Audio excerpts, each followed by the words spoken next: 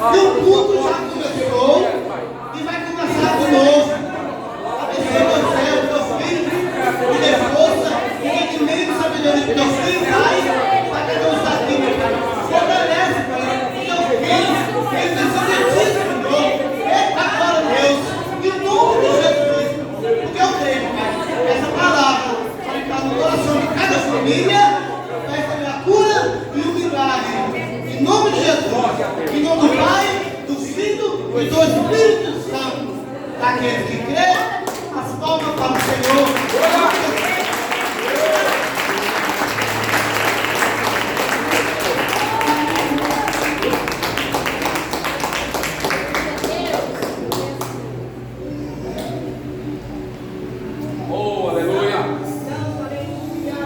Pastor igreja, amém? Amém. Amém. Amém. Jesus. Glória a Deus. Aleluia. E abra comigo a sua Bíblia no livro de Ruth, no capítulo de número 2. Glória a Deus. Aleluia. Livro de Ruth, capítulo de número 2. Glórias a Deus. O livro de Ruth está logo depois do livro de Juízes, antes do livro de 1 Samuel. Um livro curtinho, apenas 4 capítulos, mas um livro muito conhecido, com uma história muito importante para todos nós. Livro de Ruth, capítulo de número 2. Quem encontrou, dá um glória a Deus aí. Se você não encontrou, ou você não tem a sua Bíblia, acompanhe aqui pelo Data Show a leitura. Vamos fazer a leitura do verso 1 até o verso de número 7. Diz assim o livro de Ruth, capítulo 2, a partir do verso 1. Ruth vai rebuscar as espigas. E tinha Noemi um parente de seu marido, homem valente e poderoso, da geração de Elimeleque, e o seu nome era Boaz. E Ruth, a moabita, disse a Noemi: deixa-me ir ao campo, e apanharei espigas, atrás daquele em cujos olhos eu achar graça. E ela disse: vai, minha filha. Foi, pois, e chegou, e apanhava espigas no campo, e após os segadores, e caiu-lhe em sorte uma parte do campo de Boaz, que era da geração de Elimeleque. E eis que Boaz veio de Belém e disse aos segadores: o Senhor esteja convosco. E eles disseram: o Senhor te abençoe. Depois disse Boaz a seu moço, que estava posto sobre os segadores: de quem é esta moça? E respondeu o moço que estava posto sobre os segadores e disse: esta é a moça moabita, que voltou com Noemi dos campos de Moabe.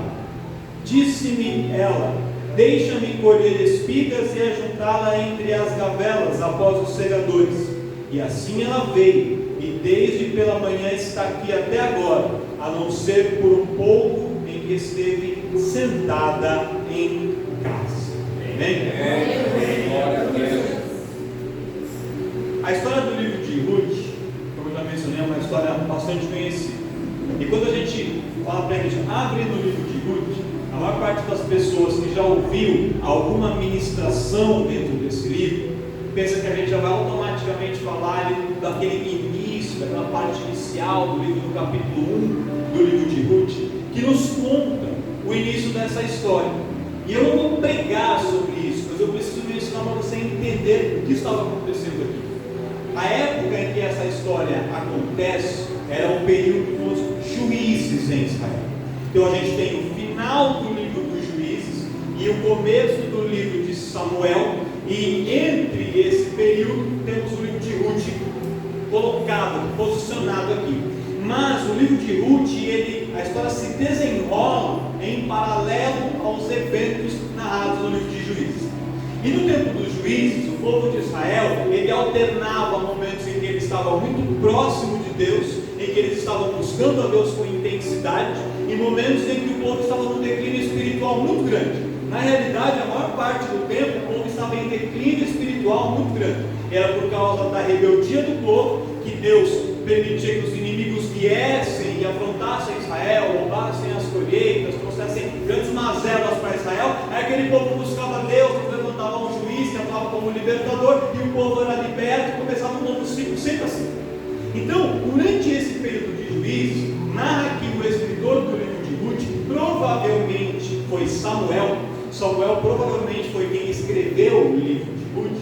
Ele narra que houve um momento em que houve uma grande fome na terra. Não se sabe se essa fome foi por causa de uma seca, se foi por causa de temporais, tempestades, ou se foi por causa de invasões de inimigos. Mas por um momento houve um período de fome na terra. E uma das famílias que moravam em Belém, na Judá, que era a cidade conhecida como Casa do Pão, o nome Belém significa Casa do Pão, era uma família tradicional e uma família de posses em Belém. O nome do chefe da família do pai era Elimeleque, e ele tinha uma esposa chamada Noemi e 2 filhos chamados Malom e Quilion. E esse homem, como ele era muito rico, ele tinha muitas posses. Quando começa a vir a crise sobre a terra de Belém, ele decide sair de Belém e ir embora. Por quê? Porque entre o povo israelita há uma obrigação de que aquele que tem mais recursos, de que aquele que tem mais dinheiro, ele tem a obrigação de sustentar os familiares. Então, no momento de crise, em que as colheitas são perdidas, em que os outros estão passando fome, os familiares bateriam na porta do Elimeleque e falaram: Elimeleque, você tem dinheiro? A gente não tem. Ó, tô com a conta de luz atrasada, tô com a conta do celular atrasada, não consegui pagar o financiamento do carro, tô sem dinheiro. E o Elimeleque teria o dever, a obrigação, a responsabilidade de ajudar. E ele não queria ajudar. Então o que Elimeleque faz? Ele vende as suas terras, a sua propriedade, junta o dinheiro que ele tinha, vende também os animais e ele sai de Israel. Ele sai da cidade de Belém e ele vai em direção às campinas de Moabe. Moabe ficava a cerca de 80 quilômetros de Israel. Não era uma distância tão grande, mas era o suficiente para que ele escapasse da seca ou das adversidades que estavam acontecendo em Belém, e também ficasse distante o suficiente dos demais irmãos para que ele não fosse incomodado e pudesse ali naquele lugar reconstruir a sua vida. O único, porém, é que Moabe era um local, era uma terra em que eles não adoravam a Deus. Muito pelo contrário, os deuses de Moabe eram deuses cruéis, eram deuses que exigiam sacrifícios humanos. Em Moabe era muito comum as mulheres, quando tinham filhos, sacrificarem e oferecerem os seus filhos como sacrifício aos deuses de Moabe. Então era uma terra extremamente pagã, extremamente idólatra, onde o Deus de Israel não tinha nenhum lugar, não era adorado de nenhuma forma, e mesmo assim, aquele homem chamado Elimeleque, para preservar as suas finanças, ele abandona Belém, ele abandona a sua casa, ele abandona a sua parentela, ele toma ali a sua esposa, os seus filhos, e ele vai para um lugar onde Deus não estava, e ali ele se estabelece a sua vida e a sua família.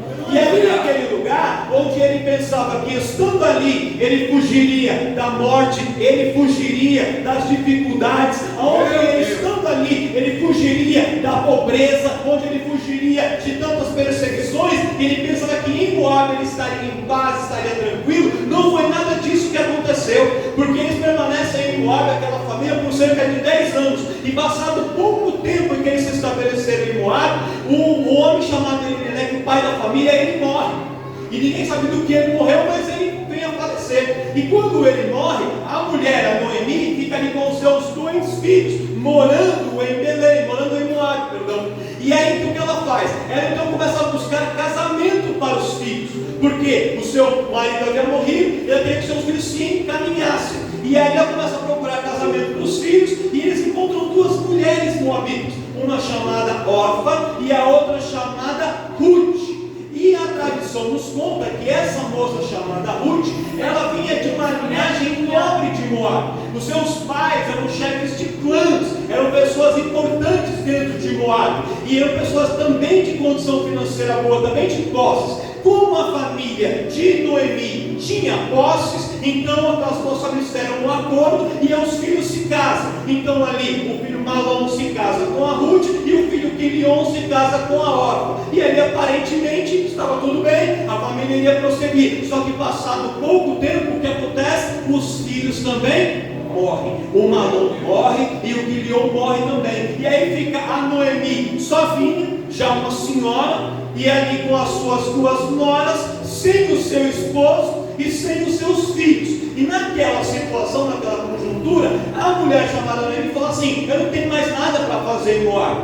Na verdade, Noemi nunca quis sair de Belém e ir para Moab, mas o seu esposo tomou aquela decisão e ela seguiu a decisão do esposo. E ela foi porque assim a família determinou, mas ela não queria ir. Então quando o esposo morreu e os filhos já não estavam mais lá, ela não sentia que havia mais nada que aprendesse a Moab. E ela deseja fazer o quê? Deseja voltar para Israel, deseja voltar para Belém. Só que a situação em Belém é terra de crise, e ela permanece ali um certo tempo, e aí de repente ela ouve falar, ela começa a ouvir boatos, ela começa a ouvir notícias de que o Deus de Israel estava agindo lá em Belém, de que a crise tempos atrás havia se abatido sobre Belém, de que a fome que antes havia cometido Belém, de que a situação de prova que antes existia em Belém já não existia mais, porque o Deus de Israel estava visitando Belém, agindo em Belém, trabalhando em Belém, curando em Belém, restaurando em Belém e fazendo com que aquele lugar que havia por um tempo sido assolado voltasse a viver tempos de paz e de prosperidade. E então a Noemi toca no seu coração e fala assim: eu saí do lugar da bênção, da casa do pão que é Belém, eu vim para um lugar de idolatria, aqui só aconteceu desgraça na minha vida, o meu marido morreu, o meu filho morreu, meu outro filho morreu, e agora Deus está agindo de novo lá, eu não vou mais permanecer aqui onde eu estou, eu vou voltar para a casa do pão, eu vou voltar para a casa do onde o Senhor está, porque aonde o Senhor está, eu tenho a oportunidade de novamente me levantar, me restaurar e começar uma nova. E quando ela decide voltar e fazer aquele trajeto de retorno, ela chama suas duas noras, a Orfa e a Ruth, e fala assim: olha, vocês são dessa terra, vocês são daqui de Moab, eu não sou. Aqui é a casa de vocês, não é a minha casa. Este é o povo de vocês, não é o meu povo. E eu vou voltar para a minha terra, para a minha casa, para o meu povo. Mas se vocês quiserem, vocês podem ficar. Volte cada um de vocês para a casa dos seus pais, volte para a casa das suas famílias, recomecem a vida de vocês, se casem de novo, tenham filhos, sigam a vida de vocês, porque eu vou voltar. E quando ela faz essa proposta, uma das noras, a Orfa, fala assim: perfeito, vou fazer essa opção. E a Orfa então, ela se afasta de Ruth e de Noemi, e ela volta para a casa dos seus parentes e permanece em Moab. Entretanto, a outra nora, a Ruth, ela fala assim: não, Noemi, eu não te deixarei. Eu no começo não queria muito casar teu filho, não, vou falar a verdade. Eu queria permanecer no meio do meu povo. Diz a história que Ruth fica muito sentida e muito triste quando seu pai a negocia, a vende com a mercadoria para casar com um povo estrangeiro. Só que quando ela sai da casa do seu pai e vai morar na casa de Noemi, na casa de Elimeleque, na casa de Malom e de Quilion, mesmo aquela família não sendo tão crente assim, mesmo eles não sendo os referenciais de crente, ela começa a ver que havia ali naquela casa algo diferente acontecendo. Ela começa a ver que o Deus deles fazia coisas diferentes, e mesmo aquela família não sendo perfeita, havia naquela família algo que ela não tinha no meio da família dela, e ela começa a querer mais daquilo para ela. E eu quero abrir um parênteses aqui para dizer para você que vem num domingo de culto de família, e às vezes você olha para a sua família e só encontra defeitos na tua família. Fala: meu marido não é o crente, eu gostaria que ele fosse, às vezes ele toma decisões erradas, o meu filho é fraco, o outro se desvia, o outro é assim, o outro é. Mas eu quero dizer, tem pessoas que quando entram na tua casa, vem a glória de Deus ali naquele lugar e reconhecem que a tua família, ela é diferente. Tem pessoas que entram na tua casa e falam assim: eu queria ficar aqui e não queria sair mais, porque neste lugar a paz e a presença de Deus está aqui.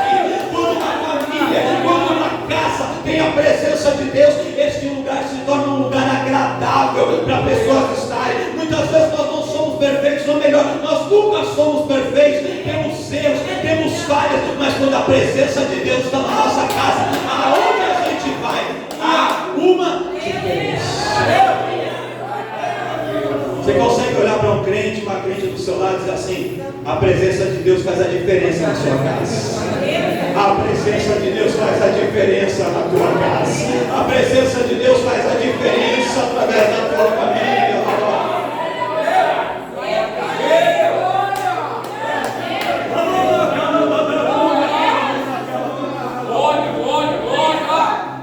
E a última fala assim: olha, a partir de agora, Noemi, o meu Deus não é mais Quem, o Deus dos Moabitas. O meu Deus é o teu Deus.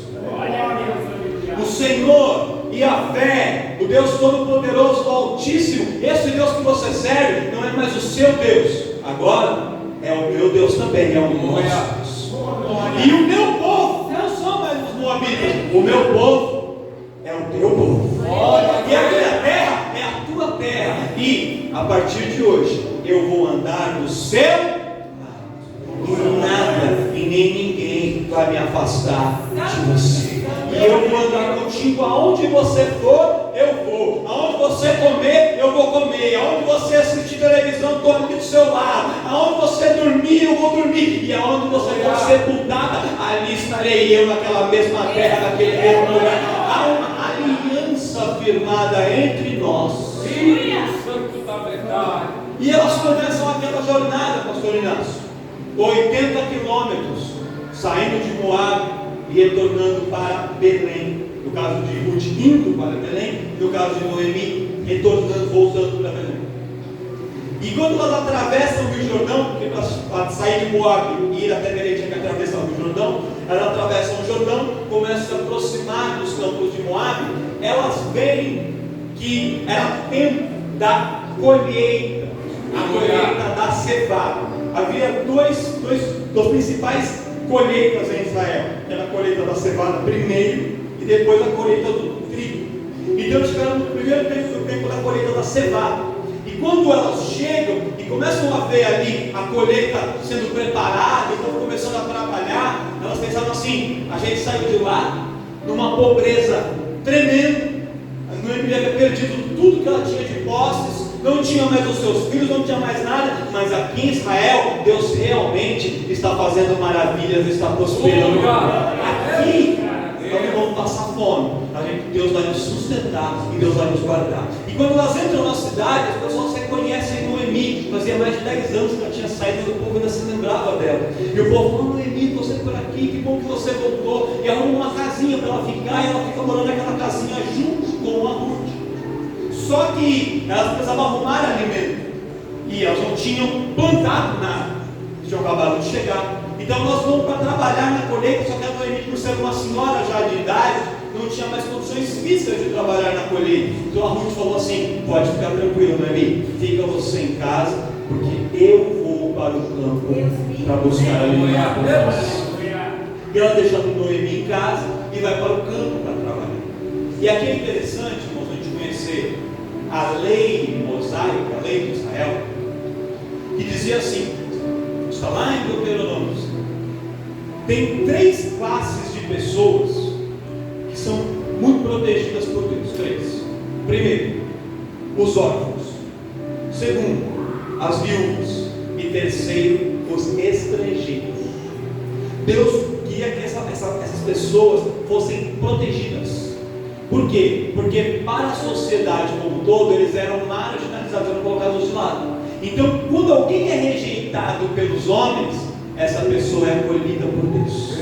Sempre que alguém é humilhado pelos homens, essa pessoa é cuidada por Deus. Sempre que os homens colocam alguém para baixo, tentam pisar, Deus pega essa pessoa e levanta para mostrar na vida dessa pessoa o poder que Ele tem. E para cuidar dos pobres, dos órfãos, das viúvas, dos estrangeiros, havia uma lei com relação à colheita que, quando estivesse sendo feita a colheita, podia ser de uma árvore, se plantasse lá uma mangueira, plantou lá uma macieira, e as pessoas fossem colher. Na hora que ele fosse fazer a colheita, o que ele tirasse do pé e guardasse era dele, o dono da propriedade que ele estava colhendo. Entretanto, se no momento da colheita caísse algum fruto da árvore, ou mesmo antes, por causa do vento, por qualquer outra razão, caísse um fruto da árvore e ele caísse no chão, quando o fruto caía no chão, o dono da terra não podia pegar. O fruto que estava no pé pertencia a ele, o fruto que caía no chão não pertencia a ele, ele não poderia pegar. Se ele estivesse fazendo a colheita de cereais, como as espigas de trigo, de milho ou qualquer outro grão, na hora da colheita, ao retirar a espiga, os grãos que caíam pelo chão, eles não poderiam pegar. Por quê? Porque o ensinamento da lei dizia o seguinte: que os pobres, as viúvas, os órfãos, os necessitados, por não ter ninguém por eles, eles clamavam e pediam ajuda ao Senhor. E o Senhor, que ouvia do céu, se responsabilizava por sustentá-los. E como Deus fazia isso? Quando um fruto caía da árvore, tem dias que era Deus derrubando aquele fruto para responder à oração de um pobre, de um necessitado. Então aquele fruto que caía da árvore, que estava no chão, um homem que estivesse passando pela rua, uma pessoa pobre, uma viúva, um órfão, ele poderia pegar, e quando ele pegava, ele não estava roubando ninguém, porque no entendimento da lei de Moisés, aquela pessoa estava buscando em Deus o socorro, e Deus havia permitido aquela situação para alimentar a viúva, o órfão, o pobre, o estrangeiro. E aí a lei entendia que nem tudo que você planta pertence a você. Uma parte é sua, outra parte pertence a Deus, e é Deus quem dá o destino que Ele quer. Nem tudo que a gente tem, irmãos, pertence a nós. Tem coisas que Deus deixa conosco só para a gente tomar conta, mas no tempo certo Ele direciona uma outra finalidade que não é só nossa. Nem tudo que a gente carrega é para nós, e quando você entende isso, você começa a entender que o seu carro não é só para você. Às vezes Deus usa o seu carro para dar carona para uma ou outra pessoa, e Deus direciona dessa forma. Às vezes, irmão, você abre a sua geladeira e a sua geladeira está cheia, ela está lotada, e nem tudo que está lá é só para você comer. Às vezes Ele vai direcionar você para fazer um almoço na tua casa e chamar alguém que não tem condições de ter na própria casa dele para ele poder comer. Às vezes, querido, o tempo que você tem não é só seu, mas Deus vai usar esse tempo para você abençoar a vida de alguém, fazendo algo para alguém, levando alguém para algum lugar, ajudando, conversando, orando, fazendo qualquer coisa. Nem tudo que a gente tem é somente para nós, porque às vezes quando alguém ora, quando alguém clama, quando alguém busca, Deus usa a vida de outras pessoas para poder ser canal de bênção na vida daquele que está pedindo ou procurando um socorro. Vou te dar um exemplo bíblico. Quando Jacó ele engana não, ele compra a primogenitura de Esaú. Ele fala: deixa eu ver se um prato de lentilha. Aí Esaú compra o prato de lentilha e cede a primogenitura para Jacó. Aí depois ele vai lá e engana o pai, e aí Jacó se torna um primogênito. O Esaú fica furioso com Jacó, e ele ameaça matar Jacó. Aí a mãe de Jacó fala assim: Jacó, se você ficar aqui, seu irmão vai te matar. Foge, vai embora, vai para a casa do meu parente lá, Labão, e lá na casa do seu tio Labão, você vai encontrar guarida, vai embora. E quando Jacó vai sair, a mãe fala assim: antes de você ir, eu vou te entregar uma bolsa. E nessa bolsa que Jacó tinha 3 itens, 3 elementos, 3. 1, pão.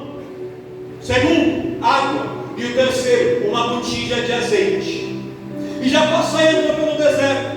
E quando ele vai andando pelo deserto, ele começa a sentir sede. E quando ele sente sede, ele vai lá dentro da bolsa e ele pega o quê? A água. A água era para ele, e ele toma água. Depois ele sente fome, ele vai lá e pega o quê? O pão. Pega o pão era para ele comeu. Só que depois de comer a água e o pão, Jacó para e ele vai se deitar. E quando ele vai se deitar, ele começa ali a contemplar uma visão de uma escada que subia até os céus. E dessa escada anjos desciam e anjos subiam. Anjos desciam e anjos subiam. E Deus começa a colocar no coração de Jacó que ele deveria fazer um altar naquele lugar. E quando Jacó pega uma pedra e coloca um altar naquele lugar, ele olha dentro da bolsa e ele entende que o pão era para ele, a água era para ele, mas o azeite não era dele. O azeite era oferta para o Senhor. Ele pega o azeite, ele derrama sobre a pedra e fala: Senhor, a minha porção eu já comi, a minha porção eu já bebi, agora esta é a porção que eu entrego ao Senhor como oferta. E aqui, Senhor, diante desse altar eu faço um voto, diante desse altar eu assumo um compromisso, selado com azeite da unção, de que se o Senhor me guardar na viagem que faço, e me der mais pão para comer, e mais vestes para vestir, e eu em paz for, e voltar para a casa do meu pai, de tudo que eu ganhar, eu te darei o dízimo, e o Senhor será o meu Deus, e eu serei o teu servo.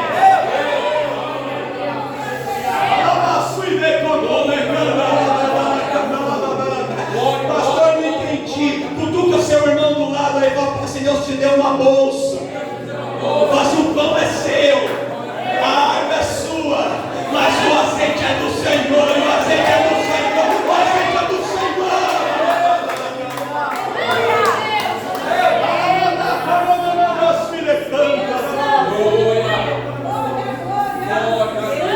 Pega esse final de semana, irmãos. Tem uma parte que é para você.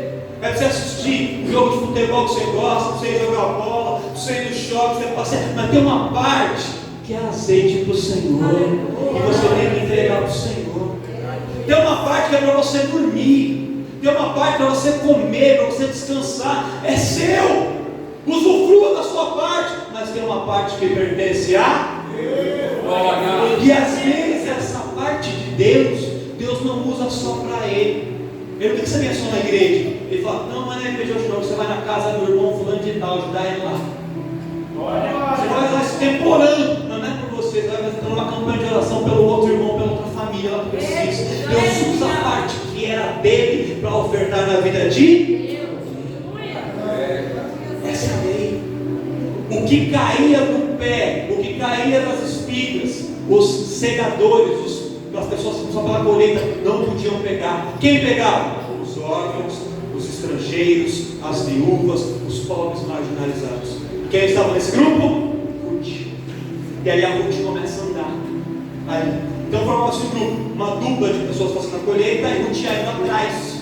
E quando eles escolhiam o que eles deixavam cair, ela com a sua sacolinha ia pegando, e ela ia guardando a sua porção. E é aqui que eu começo a pregar para você. Aleluia. Presta atenção. Presta atenção aqui. Naquele tempo, a veste normal, tanto dos homens como das mulheres, era uma espécie de túnicas, um vestidão, bem comprido. Então, quando a pessoa não tinha condição nem de comer, porque era pobre, uma viúva, um órfão, se não tinha condição nem de comer, menos ainda tinha condição de comprar roupa. E até aquele ditado, né? Que sapato, pé de pobre não tem tamanho. O sapato que chegou ele veste. Corpo de pobre não tem tamanho. A roupa que chegou ele coloca lá e é o que tem, vai que vai. É ou não é? E aí imagina aquelas pessoas trabalhando, tanto os homens como as mulheres, pegando os restos que sobravam, pegando os grãos. Quando uma pessoa via cair ali uma fruta, uma espiga, ela ia colher. Como é que é o movimento normal? E pega, no desespero, para pegar antes que outra pessoa pegasse. Só que este movimento de se abaixar desse jeito expunha principalmente as mulheres a uma posição não muito recatada, não muito correta, mas no desespero, para satisfazer a necessidade, a pessoa abaixava e pegava, sem se importar, às vezes, com a própria postura, com a própria dignidade. Só que no campo, havia uma pessoa com uma postura diferente. O nome dela era Ruth. Quando caía o grão, enquanto todo mundo fazia assim para pegar, a Ruth fazia assim.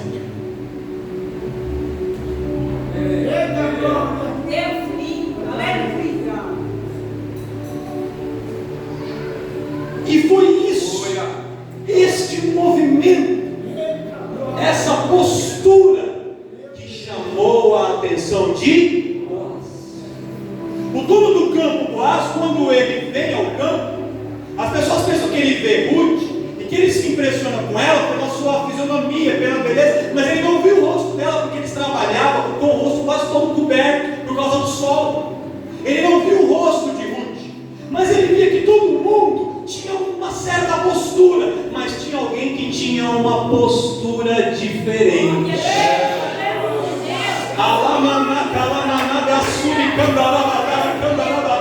Tem irmão que já está entendendo, eu espero.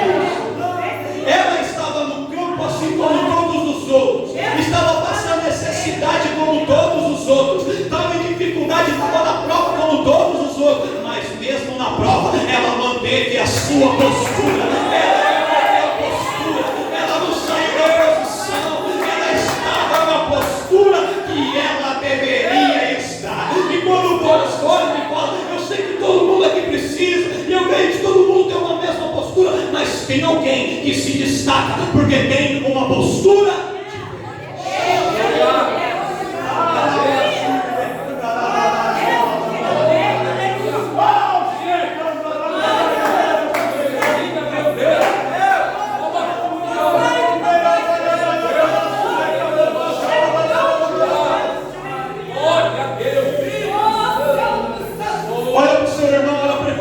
Tem gente olhando para a sua postura.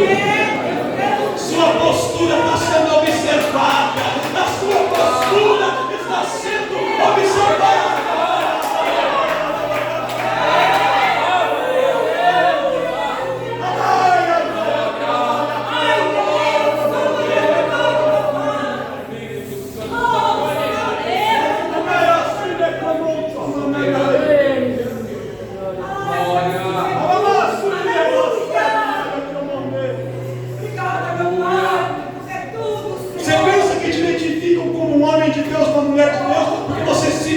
Versículos da Bíblia,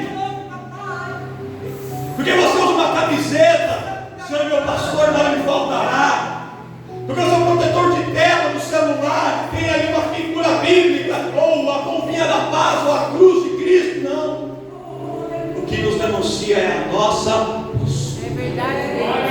As pessoas veem a nossa postura antes de nos ouvirem falar.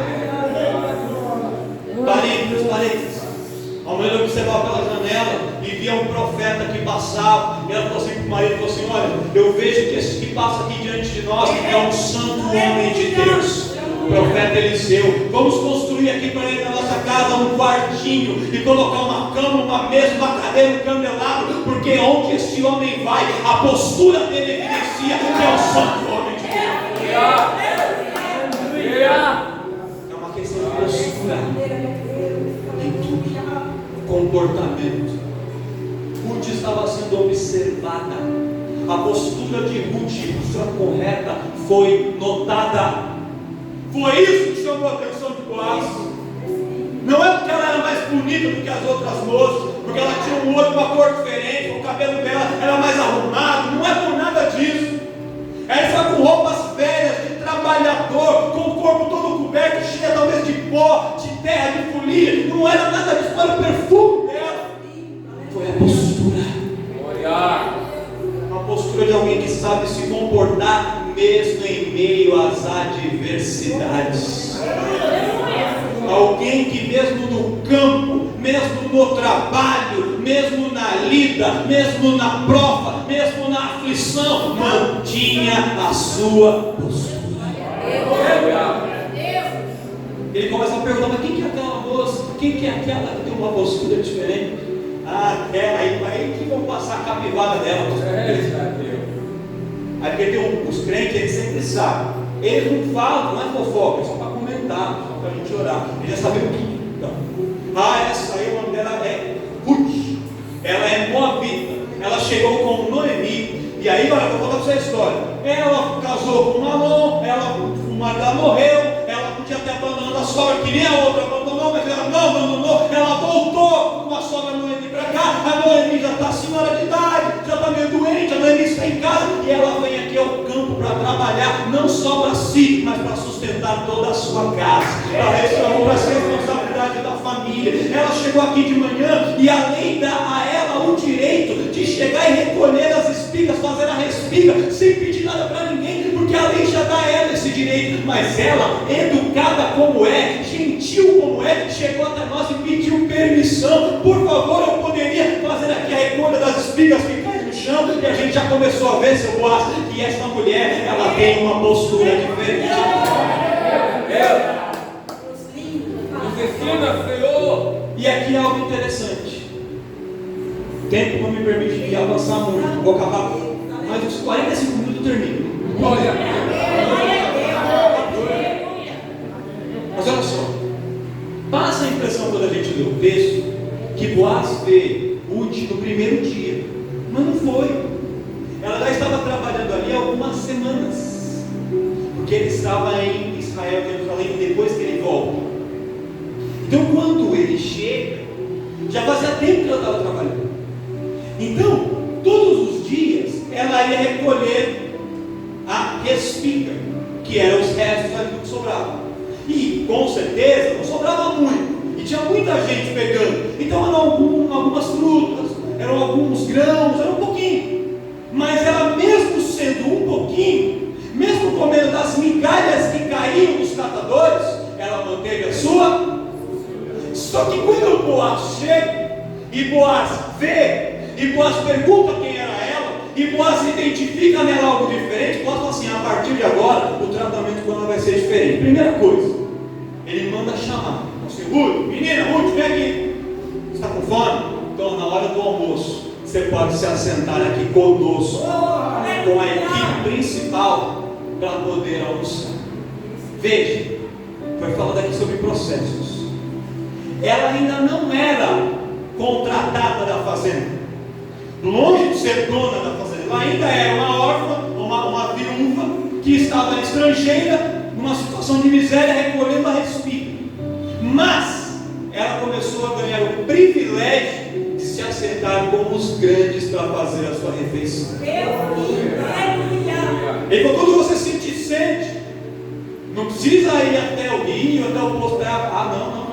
Os meus empregados buscam água no poço, água fresquinha, e da mesma pila, da mesma caneca onde eles tomam, você pode beber essa água.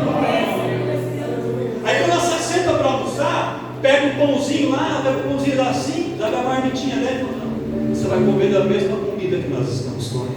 E pega o seu pão, pode molhar aqui no vinho, para você poder ter uma refeição completa. E ela começa a ter aqueles privilégios. E o que eu quero dizer para você com isso? Deus pode mudar a minha e a sua situação de uma hora para outra. Mas assim, muda tudo. Mas geralmente Deus trabalha fazendo coisas através de pequenos processos. Você pode entrar numa empresa e ser o auxiliar do ajudante do estagiário, o menor. Mas mesmo neste lugar, Deus pode olhar para você, enxergar uma postura diferente e começar a te dar alguns privilégios entre outras pessoas, começar a te colocar em posição de destaque, porque Deus, quando olha para nós e vê a nossa postura no campo sendo diferente, Ele começa a nos abençoar, Ele começa a nos honrar, a mostrar que vale a pena manter uma postura diferente do meio dos demais. Mas chegou agora, por que o chefe quer conversar com ela? Mas chegou agora, por que ela vende mais e bate a meta? Por que ele tem as melhores condições? Porque o caminhão dele é o melhor? Por que ele tem outros destinos? Por que acontece isso? Não sabe por quê? É porque há um Deus que observou em você uma postura diferente, e por causa disso ele decidiu te conceder alguns privilégios. A situação ainda não mudou, mas começam a ver alguns privilégios. Aí depois, sabe o que Boaz faz? Ele fala assim, chama o gerente responsável pela colheita e fala assim: fulano, quando vocês estiverem colhendo aí, eu sei que cai alguns grãos, mas cai pouco, deixa cair um pouco a mais, de propósito. Olha assim alguns grãos, assim, ops, caiu, e deixa cair. Em todo o campo, Boaz? Não. Em todo o campo não. Só na rua aonde a Ruth estiver. Na rua onde ela estiver, deixa cair os grãos a mais. cair um pouco a mais. E aí a Ruth vai andando, e de repente vai começar a cair mais, e ela vai recolhendo. No final do dia, quando ela vai juntar tudo que ela recolheu, pastor, tinha mais de 25 quilos de grãos. E ela volta para casa e chega lá para mostrar para a sua sogra, a Noemi, e fala: Noemi, olha o resultado do trabalho de hoje. E a Noemi olha e fala assim: Ruth, não é normal, não é comum. Todos os dias você vinha e trazia um pouquinho, trazia meio quilo, trazia 1 quilo quando era bom. Hoje Deus multiplicou. Ela fala: quando você tem a postura correta, Deus aumenta a tua colheita, Deus aumenta os seus frutos, Deus aumenta os seus resultados. Você ainda pode ser uma viúva, você ainda pode ser uma estrangeira, mas a sua colheita é multiplicada, porque Deus começa a trabalhar, começa a multiplicar. E vou dizer mais: além de multiplicar a colheita, tem menos trabalho, tem nem trabalho de arrancar ela tinha, só pegar do chão. Deus grande, aleluia. Aí eu vou encerrar aqui. Chega em Israel o tempo da colheita, uma estrangeira, viúva, pobre, sem nada. Começa a trabalhar, colhendo um pouquinho, o suficiente para comer, para fazer uma refeição para o dia seguinte, mas mesmo na prova mantém a sua. Os dias passam, o dono do campo observa e vê nela a postura diferente. Começa a conceder alguns privilégios, alguns benefícios, aumenta a sua colheita. E depois de um tempo, eu não consigo entrar no detalhe dessa história, fica para uma outra pregação de um outro dia. Mas a Ruth se casa com Boaz. E quando ela se casa com Boaz, no ano que ela chega, ela não era nem empregada da fazenda, era uma pedinte recolhendo os restos que sobravam. No ano seguinte, ela era a dona da fazenda. Ela mudou de patamar, como se aquele louvor que as irmãs cantam, a viúva descalça, que trabalhava lá no serviço da sal, da noite por dia, se tornou a dona do milharal.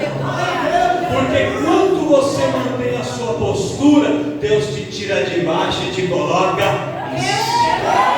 Deus te tira de trás das malhadas e te coloca em posição de destaque. Te tira do fundo da cova, onde os leões fazem jejum, e te coloca sentado no meio dos príncipes. Porque Deus é um Deus que honra quem é fiel.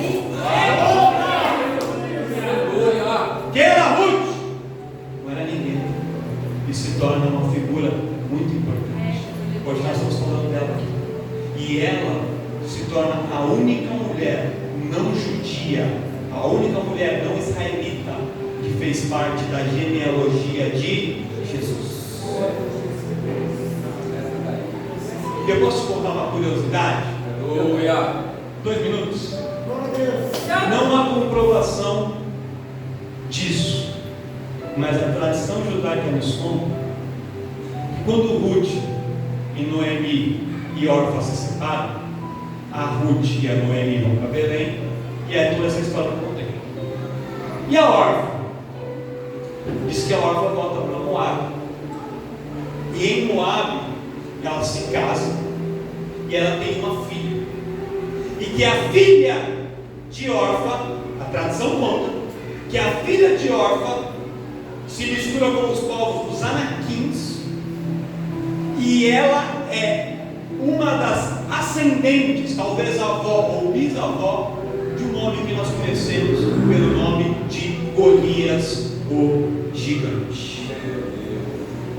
Da descendência de Orfa vem o gigante Golias, enquanto que da descendência de Ruth, quando Ruth se casa com Boaz, eles dão origem a um filho chamado Obed. Esse filho chamado Obed tem outro filho chamado Jessé, e este filho chamado Jessé dá origem a um menino ruivo, de bom aspecto, que nós conhecemos pelo nome de Davi. E lá na frente, o filho da órfã se encontra com o filho verdade. Um filho da que decidiu ficar, abandonar e servir a outro Deus, se encontra com o filho daquela que decidiu reconhecer o Senhor Jeová como Deus. E no final desse confronto, a gente já sabe como terminou a história, sabe? Se coloca de pé.